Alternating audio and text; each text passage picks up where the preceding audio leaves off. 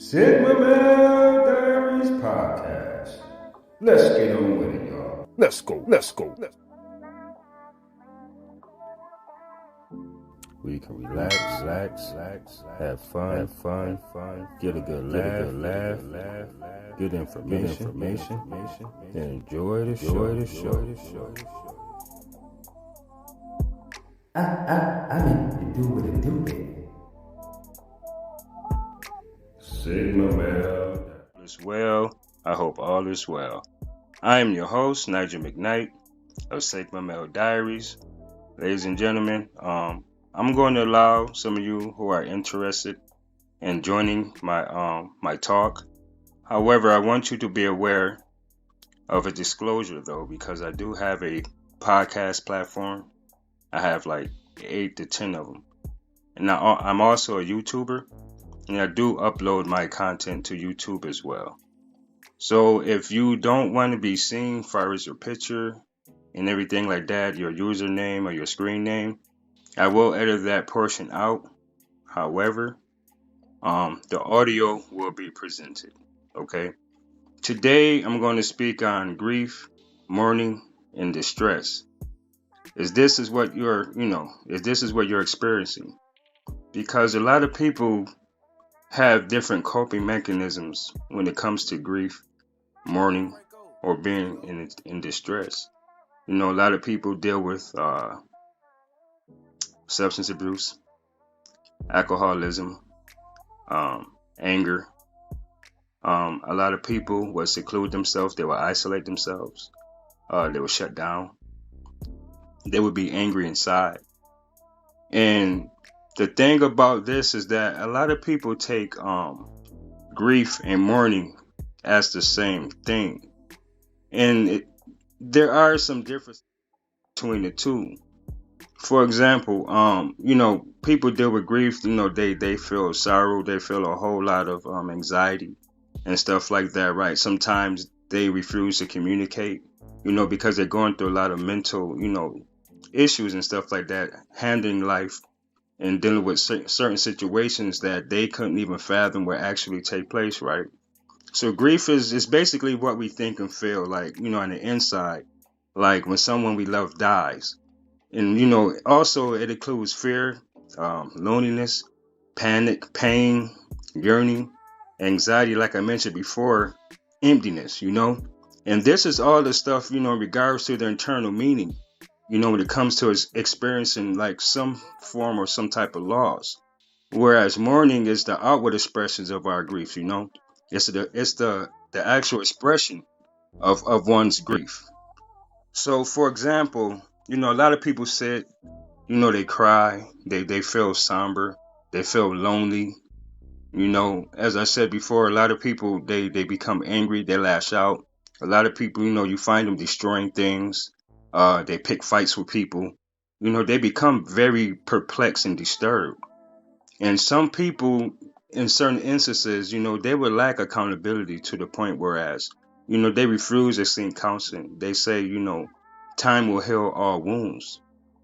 But throughout that duration of time, you are causing yourself more self-inflicted pain and or damage, see? And that also affects how you communicate with others as well as how you take care of yourself. As far as your mental well-being, mental hygiene, whether you eat, all these type of things can go, it could be really bad. So a lot of people don't know how to approach certain situations. And then they become distressed. So when you're dealing with certain losses or experiencing certain losses, a lot of people still hold on to hope, faith, because a lot of people do deal with attachment issues. You know what I mean? And that doesn't work too well for a lot of people. And it's not good to isolate yourself. Because, they say that when you're sitting there lonely and desolate and in isolation, right? Your mind, that's the devil's playground. You have people committing suicide behind these type of things. And that's a serious problem. Because the simple fact of the matter is this, a lot of us live in a world whereas we don't expect anything to go wrong. Because in our minds, we're entitled to have and experience only the good things, right? Because it's what we want, right? It's what we desire. It's what we believe. It's our self truth.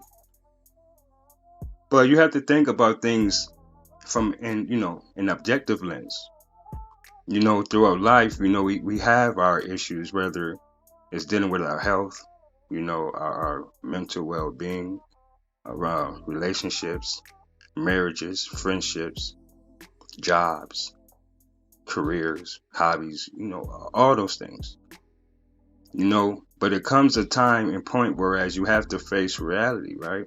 And that's what a lot of people fear. It's the realization of life and death. How do you deal with those type of scenarios if you don't allow yourself to express what you're feeling to someone else? Do you think that's a good idea to say, hey, I can heal me? Do you think that's possible? Even with utilizing all the self-love, self-awareness is very important. Because sometimes a lot of us don't even take a look in the mirror, right? We're real quick to look at what everybody else is doing and talk about what everybody else is going through and how they handling their problems, right? Why we sitting back being so judgmental and not catering to our own well-being, and we neglect ourselves. How many of you have ever experienced such a thing whereas you became numb, cold-hearted? You just gave up. You just felt as if you had nothing to lose and nothing to gain. You felt that you were just an empty vessel, just in existence, without a life, feeling like you have nothing to live for. You packed with fear, animosity, anger. You're lost. You're desolate. You're in the wilderness, right? Similar to being in the Twilight Zone. If many of you out there have ever watched it, you understand what I'm talking about. An endless time, or without a beginning nor an end. You're just there, not knowing where you're going, right? Can anyone out? Excuse me. Can anybody out there relate to what I just said? All right. Well, in any event throughout life, we have our ups and downs. We have what they call trials and tribulations, right?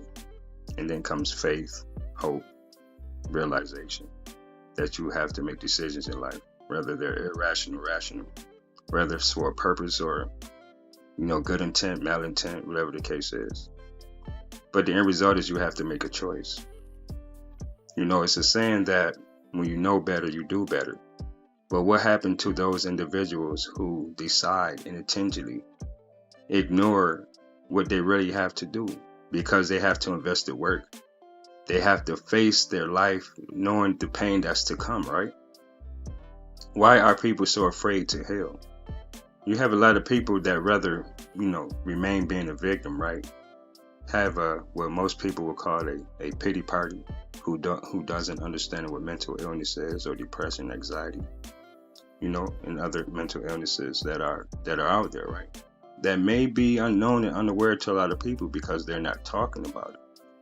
That's why when you hear these certain names, when they come up with certain medications for such and such and such, like, what is that? It happens because some people shut that part of their life out, not realizing that one day they're going to have to see that other side of them, right? So why would a person intentionally neglect their own mental health? Is it because of how people will perceive them? The perception of judgment, being embarrassed, or being ashamed of who you are, not loving yourself? You refuse to be self-conscious. You ignore all facts of life. How could you grow, right? Would you remain stagnant and allow yourself just to waste away? Or would you come to terms that you are someone and you deserve to live a better life, right? All that stuff that you think about, all that is free. Your willingness, your cooperation, all being rebellious and defiant. Sometimes a lot of us deal with those type of things. It's called pride or ego, right? How many times have pride or ego has gotten in your way for you to do something with your life and better yourself without having the fear of being successful or having the fear of failing, losing, those type of things? Are you a winner? Do you want to win? Do you want to get yourself better so you can be a better person? So you can look back and see how far you came in life. They always say it's not where you at, it's it's not where you come from, it's where you at. But I believe it's the other way around. It's where you came from. That determines where you at in life. Whether you're willing to work on yourself and do better. And acknowledge the fact that life isn't always going to go your way. Regardless to how many of us was told we can have it all. We deserve this, we deserve that, we're entitled to this. We put ourselves so high above other people, knowing inside that we only at a certain level. So when you're unhappy with yourself, people come up with a whole nother terminology or a whole nother, how would I say, how they have a representative, right? When people walk around and they portray themselves to be one way to people so they can perceive them this way. But as they get to know them, a person would say, wow, they used to be this way, in the beginning. But then 2 or 3 months later, they changed. It's not the fact that they changed. It's the fact that they couldn't keep up with the work they had to put into that character. And that's what a lot of people would do. They will be willing to put work in others, but they will refuse to utilize it for themselves. You understand what I'm saying, ladies and gentlemen? This is my first talk on this mental health section. I normally do it in podcasting or in the wisdom community. That's where I typically do most of my talks at. No, I'm not a mental health specialist. Deal with that type of stuff. It's just life as an experience and all those other things. But political science is my thing. Other than that, that's, that doesn't apply to me or the other stuff. I'm not a doctor in that sense in the medical field. But when it comes to laws and stuff like that, then you can say Dr. McKnight.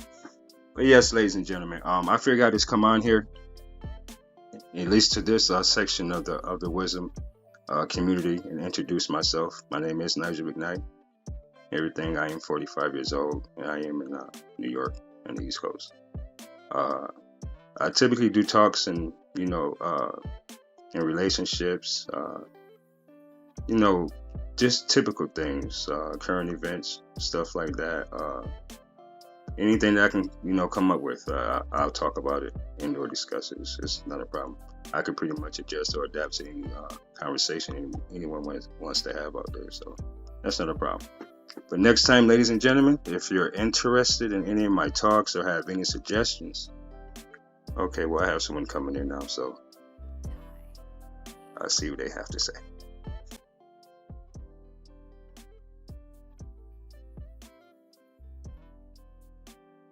Hi, Angela. How you doing? Good evening. Good evening. How are you tonight, Nigel? I'm doing great. Hanging in there. It's still kind of humid, though. Awesome. Yes. Awesome. I like your talk to me about grief, mourning, distress. That's a great topic because when people are in that situation, it's so important and healthy for them to talk about it because they're going to go through so many different phases and cycles. There could be anger, there could be denial, there could be disappointment, there could be regrets. The list just goes on. Correct. That's absolutely true, and I definitely agree. Because I always wondered, is it more or less of a psychological thing, whereas people feel as if once they do get help, comes a point in time where they have to let all the other stuff go, which made them the person that they are up until that point, though, rather than taking it as growth, right? Right. So and sometimes that person could, let's say, if they lost someone that they really loved, that person could have been like their whole life, their whole world, and they're just polarized and they don't know what to do or how to move forward or how to move on. Right. Because I've known a lot of people who been through everything through losing loved ones. I mean, their children, their parents, their siblings, and it'd be the younger ones too that's leaving sooner. You know what I mean? So, for some people. And I just sit back and I listen to the stories, and it just seems like you're living it all over again. And sometimes I wonder what that within itself, that has to be some sort of trauma to where psychological damage would seem to them like for an eternity.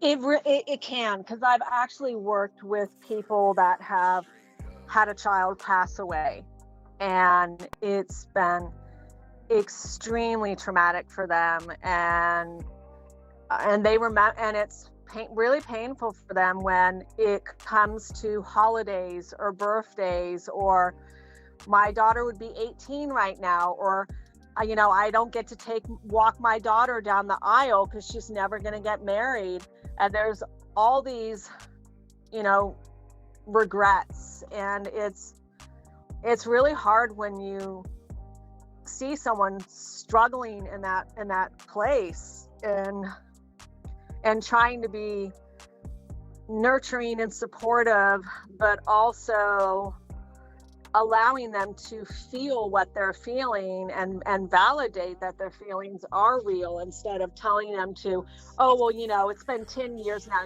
you should be over it. Well, everyone heals in their own pace and their own time. Right. I think, to me, personally, that would be rude and somewhat dismissive to a person's life, their livelihood. Like that emotional attachment, that loss, that is a forever like type of thing. Wondering what they would have been like, as you mentioned before. Never, a parent not walking her daughter down the aisle, or father, whatever the case may be. Those are things that in a person's mind, those what ifs, or it could have been, or I wonder, like Right. that right there that's a lot. The longer it goes by, looking at other people and their children, their family, suppose that a family wasn't able to have children again, and they refused to adopt because maybe they was possibly afraid of once again losing a child. Correct. Yes. And that's very common, as well, or seeing a child that looks like very similar to your child that you lost. That can bring up a whole sea of emotions, and it's hard because I don't know what the statistics are, but I think it's really challenging for couples to stay married together when they lose a child, because it shatters them. And some people know how to respond to grief and trauma, and other people don't, because some people were taught to not cry, to stuff your emotions down. But when it's grief, you gotta process it, you gotta let it run its course. Correct. Because the grief is what I explained earlier, as well as and for those who who just chimed in, that's the inwardness, and that's the mental part of it, the trauma part of it, that can become toxic. Even I've known couples to literally like either take themselves out, or the other parent for blaming them, whatever the case was, depending on how the child died, or in that regards. You know what I mean? It's a lot that goes on. Right. That, I mean, it is like, it's just terrifying, just to see a family happy one day, then the next it's just over. It is. For about, I think, for me personally, when I was in my early 20s, I did grief support for about a year and a half, and it was really, really hard. I mean, it was really challenging work, but I learned so much. And I think the biggest thing it taught me was how to be humble, and how to really just sit with a person and let them feel safe and let them feel heard. And if they needed a hug, or they just, wanted you to hold their hand, to let them know that, hey, you're not alone. Right. Comfort. Yes, we all need, comfort in one way or another. And sometimes some people just need to, cry, or they just need to scream because, they have all this pent up, emotions that, the shock, the horror. And some people will even, blame God, like it's God's fault. Why would God take a child? Why would God do this to me? And there's so many like lost questions that people have when they're stuck in grief. Right. And that's the whole thing. That's what fear does, especially dealing with the unknown, the whole why part. You know? Yes. Yeah. A lot of people go through that stuff, and I always So encourage. what's your podcast? Oh, thank you so much, Angela. I really appreciate it. Thank you for Yeah, what joining is me. your podcast? Because I see the timer running down. I have a podcast too. My podcast is called The Undetected Narcissist. Oh, okay. Okay. Mine's just called Sigma Yeah. Male Diaries. Cool. Yeah, Sigma Male Diaries. Okay. Okay, it was nice talking to you. I Okay. appreciate it. Yes. Yeah, you're doing awesome here. This is my first day. I think you said it was your first day on this as well. Yes. Yeah. On this Yeah. portion. No, there's yeah. Awesome. Well, I look forward to following you and learning more awesome stuff and hearing you speak from the East Coast. I'm in the opposite side here in Oregon, so. Okay. Is that considered the Midwest? Yeah, or no, they call it the West Coast. Okay. Or the Northwest or something. Yeah. Yeah, I know it has one of those names. One of those names. Yeah, that's right. That's right, because it's not like you're in like by what is it called? I forgot the name of it. It starts with a Y. I'm in between California and Washington, so. Washington. Oh yeah, you're right. By Seattle. Okay, Seattle. Yeah, got you. Yeah. Seattle. There you go. Washington. I'll get it together. Yeah. It's all good. But yeah, this is a good talk because people need to talk about this stuff, because I really, from doing the grief support for so many years, people feel such relief when they get to just get things off their chest and just talk to someone. It's so healthy. Right. I agree. It does. Yep. It does wonders. Yep. Well, you have a great night. I got like 5 seconds left, so you take care now. All right. Thank you. You too. Okay. All right. Bye. All right. All right. All right. We got Mary coming in. What's up, friend? Am I here? Yes, you're here. Hey, hi, Mary. Good evening. How are you? I'm doing great. How you doing? Hi, nice. Hanging in there. This was a very interesting topic. Angela speak, but I had losses. Thank God I never lost a child. Right. But I had a family member that lost a child to addiction, and they tried everything for him, and it was just I couldn't believe it. I had just seen him. We were in the same field. I mean, he wasn't a child, but he was in his 30s, and he had just gotten married and had 2 kids, 2 babies. Fortunately, I was not able to attend his funeral because it was very fast. It was very chaotic. My brother went, my brother-in-law went, and it was a different state. And it could break up families, not only not as between a man and a woman, but a family. It could be broken. Mm-hmm. And I know whenever he was around, he brought a lot of joy to me. And I knew that he was high, whatever, but highly intelligent. And he liked it. He really liked it. And, right.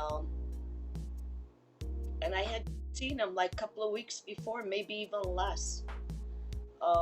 they moved from California to New Jersey, and they stayed in this house until they got their own house. Eventually, after the death, they, I guess, moved the family.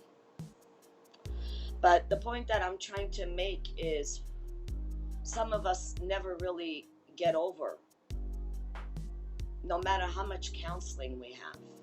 There's a song that I often listen to, and it's called Mr. Bojangles by Sammy Davis Jr. Mm-hmm. And it really touches me a lot because I did lose family members, and I never really had a chance to grieve because everything became so chaotic. And yes, I did go into counseling, but still, they're a part of me, and I want to remember them the way they were. I want to remember my dad. I want to remember my aunts. I want to remember my grandparents, my cousins, and how the family has broken up since certain deaths. The unit has broken up. And once something is broken, no matter what you do, I don't think it could never be the same. We could try to repair it, but you'll see those pieces, broken pieces. Right. How do we heal? I asked that question. How do we heal from trauma, losses, gains, or whatever? I don't think anybody really has an answer. No, I can tell you an answer on only from a logical and objective perspective, with looking, for like reality. We can never heal. We can just adapt and or cope. Adapt and That's accept. it. That's how I see it. And, yeah, and I had a conversation. We went to a memorial, Sunday, veterans whole thing, and I saw men from Vietnam, Korean War, and all kinds of wars, Iraq, and I was looking at them, and some of them had no emotions, but some of them were smiling. Mm-hmm. But they were solemn. Right. And as I was sitting there with my friend, I was thinking, what is going through their head? And what did they do? And did they really heal? I don't think so. No. They had moments of joy. They had moments of celebration. And then we went to a reenactment at a park on the cliffs in Fort Lee. And I learned an entirely different side of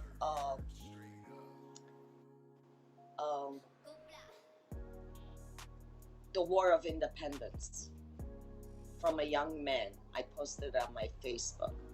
I couldn't do it on Instagram.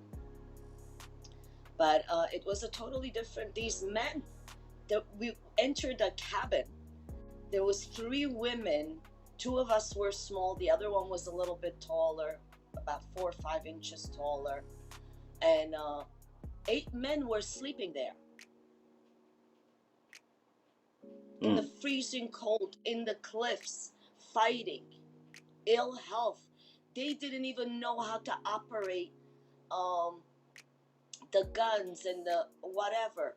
There was no knowledge, but they fought for independence. And I wondered, could they have healed? I don't think so.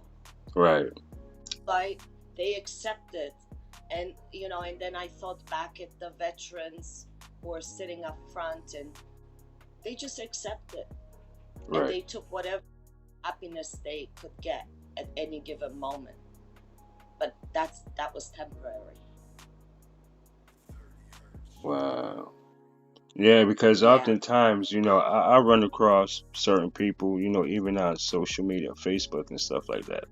And they be having similar questions, wanting certain answers, and You know me, if I don't know for sure personally, I won't even answer it, but I can just give you a general idea of how to go about it to, to the best of your understanding.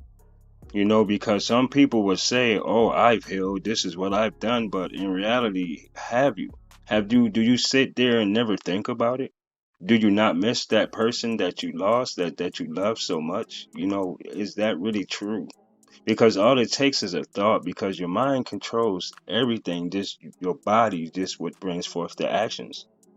All it takes is a thought, though, and then the rest is right there. A thought can manifest itself in any way, form, shape, or fashion.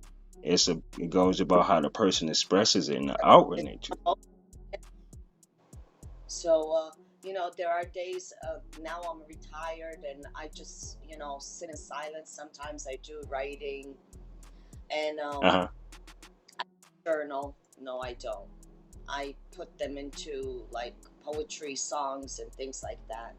Um, but like, I'll look at something and I'll remember that person was sitting here and I was speaking to them, and now we're not talking Wow. because of